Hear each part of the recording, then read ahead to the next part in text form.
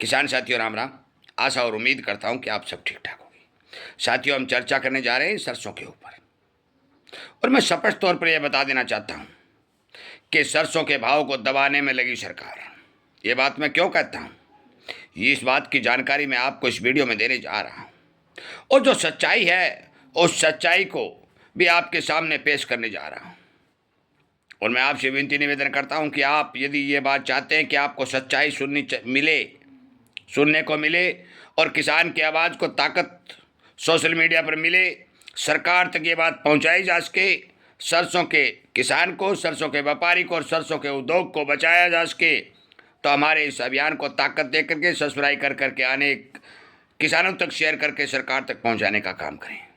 साथियों, आप सभी को पता है कि सरसों अब बाजार में आना शुरू हो चुकी है और औने पौने दामों के ऊपर सरसों की खरीदारी की जा रही है। आज मैं आपकी जानकारी के लिए बता दूं कि कोट्टा प्लांटों के अंदर 200-250 रुपए की बढ़त देखी गई है। ये साफ संकेत देता है कि सीजन के अंदर अराइवलें जो आ रही है उनके हिसाब से एक ही दिन में 250 रुपये की तेजी। इसका मतलब जो मैंने बार बार ये बात कही कि फंडामेंटल मजबूत है, तो फंडामेंटल मजबूत हैं, परंतु सरकार कहाँ गई?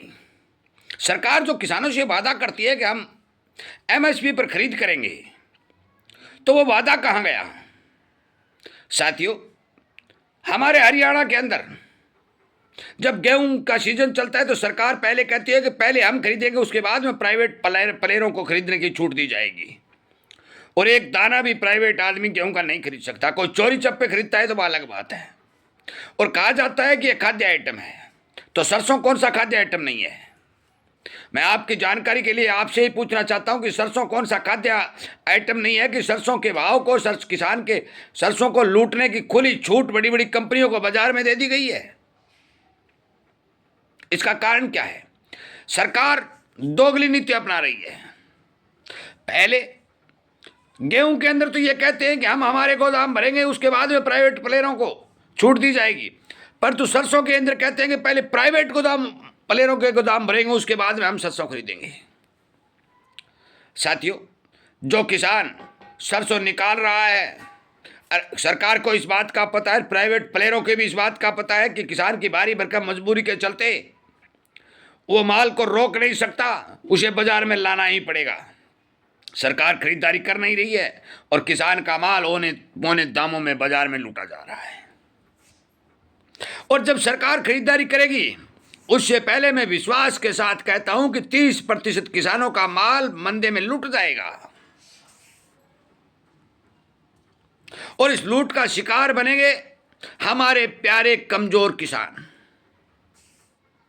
मैं आपकी जानकारी के लिए बता दूं कि लगातार जो पिछले 25 के अंदर एक पर एक जो सरकार ने कदम उठाए, उन कदमों से भी ये जानकारी और जाहिर होता है कि सरसों के भाव को सरकार बढ़ने के अंदर बाधा बन रही है। नेपाल के रास्ते बहुत सस्ते में तेल आया और भारत के अंदर मिलावट के तौर के ऊपर डबल पैसों में बेचा गया।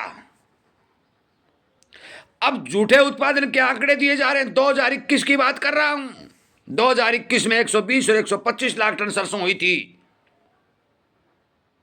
उस टाइम की खपत। और यदि अब की बार भी ये कह रहे हैं कि इतनी हो जाएगी, मैं तो नहीं कह रहा इतनी हो जाएगी, क्योंकि 35 जो सरसों है, लगातार गर्मी बढ़ती जा रही है, 35 सरसों का उत्पादन बहुत डाउन आएगा। और ये मैं बार बार कह चुका हूं कि अब की बार भारत के अंदर 65 और 70% सरसों की बिजाई जो है वो 75 हुई है। 2021 की बिजाई से आज 2026 की तुलना करें तो 30% कम है।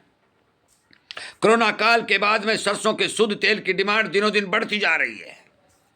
फिर भाव का न बनना, ये सारा का सारा फंडा ये है कि प्राइवेट प्लेयरों, बड़ी बड़ी कंपनियों के गोदामों में माल का पहले भरना, विदेशों से नकली तेल मंगा करके मिलावटखोरों को हावी बना करके बाजार में उतारना। कहीं मुझे छापेमारी के समाचार नहीं मिले। मैं सरकार से कहना चाहता हूं कि यदि आपको ये चोर, ये मिलावटखोर आपको यदि चकमा दे रहे हैं, आपके बस की बात नहीं है, तो भारत की मिलिट्री को दे दीजिए, सेना को ऑर्डर दे दीजिए कि मिलावटखोरों को पकड़िए। एक दिन में मिलावटखोर मालिया की तरह भाग जाएंगे। सरकार ये कहती है समय नहीं हो। मालिया जैसे लोगों का 9-9 10-10 हजार करोड़ रुपए बैंकों को ऋण देना तो ये ठीक लगता है, सरकार दे सकती है, परंतु किसान के माल की खरीद करने के लिए सरकार के पास पैसा नहीं है। खरीद करने का वादा करती है, कभी भावांतर भरपाई का वादा करती है, और धीरे धीरे जब सारा सामान बाजार में लुट जाता है, किसान हताश हो जाता है, तो फिर यह कहता है कि हम खरीदारी शुरू करेंगे। तो गिने चुने किसानों का थोड़ा बहुत माल लेकर के मंच पर खड़े होकर कहते हैं कि हमने किसानों से एमएसपी पर खरीदारी की। अरे एमएसपी है क्या? न्यूनतम समर्थन मूल्य, कम से कम मोल।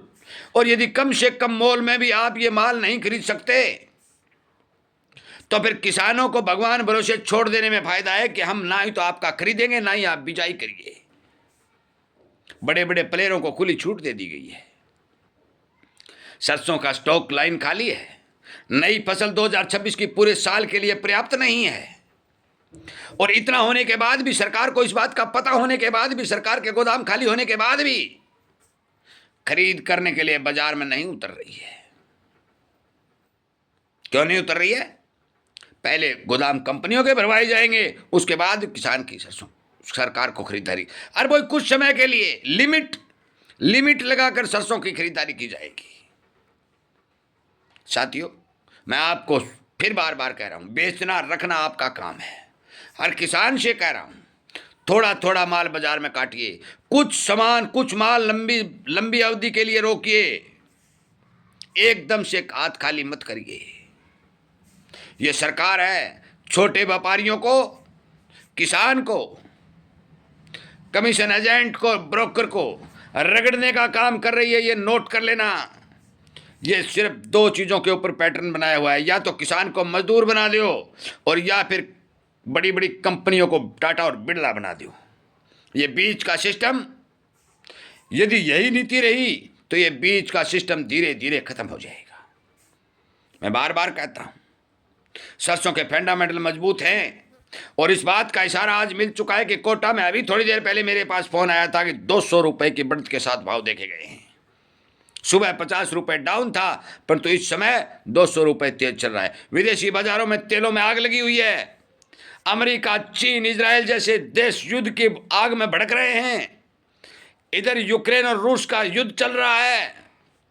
दुनिया सारी अर्ध-बर्ध हो चुकी है। इधर से ट्रंप मनमर्जी कर रहा है। मान के चलो कि किसी भी तरह की 2026 में संभावना मंदी की नजर नहीं आ रही है, क्योंकि ऊपर से एल नीनो आ रहा है।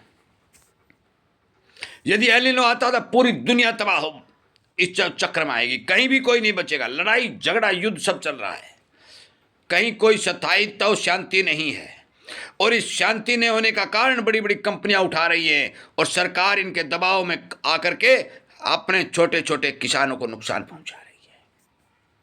विचार करिए, सोचिए। यदि हमारी बातों में दम है, सच्चाई लग रही है, इस आवाज को सरकार तक पहुंचाना चाहते हो और जगाना चाहते हो, तो हमारे इस चैनल को सब्सक्राइब करके ज़्यादा से ज़्यादा किसानों तक शेयर करिए। आगे आने वाले समय में जो भी मेरे पास रिपोर्ट आएगी आपको वीडियो के माध्यम से पहुंचा दी जाएगी। मैं बता देना चाहता हूं कि अभी हरियाणा, हनुमानगढ़ और गंगानगर की सरसों निकलनी बाकी है, और जो बाजार के अंदर माल आ रहा है, बड़ी बड़ी कंपनियां झड़प रही है। सरकार मुंह ताक रही है।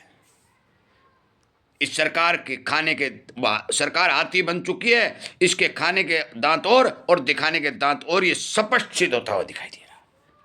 मैं पुरजोर तरीके से सरकार से मांग करता हूं कि जल्द से जल्द सरसों की सरकारी खरीद शुरू की जाए, ताकि बाजार में कंपटीशन बने और किसान को ठीक भाव मिले।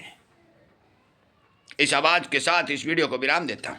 उम्मीद करता हूं कि आप इसको शेयर करेंगे, किसानों को जगाएंगे, किसानों को बताएंगे कि सरसों के फंडामेंटल भारी भरकम मजबूत हैं। और ये भी नोट कर लें, लाइन खाली है, स्टॉक घट चुका है। पूरा 2026 सरसों के ऊपर चलेगा। 2021 से ज़्यादा फसल सरसों की नहीं होगी, क्योंकि 2021 से अब की बार बिजाई भी 30% घट है। तुलना करके देखिए कि 2021 के बाद आज 2026 में कोरोना काल के बाद में जो तेल की डिमांड बढ़ी है, जो सरसों शुद्ध तेल की डिमांड बढ़ी है, उसकी पूर्ति अब की बार ये सरसों नहीं कर पाएगी। यदि सरकार मिलावटी अड़ंगा नहीं करवाएगी तो सरसों पिछली बार भी कमी पड़ी थी, अब की बार भी कमी पड़ेगी। इन्हीं बातों के साथ इस वीडियो को विराम देता हूं और ये कहता हूं, ना मैं खरीदने की कहता हूं, ना मैं बेचने की कहता हूं। मेरा काम है जगाना, जागरूक करना और एक एक जानकारी आप तक पहुंचाना। जय हिंद।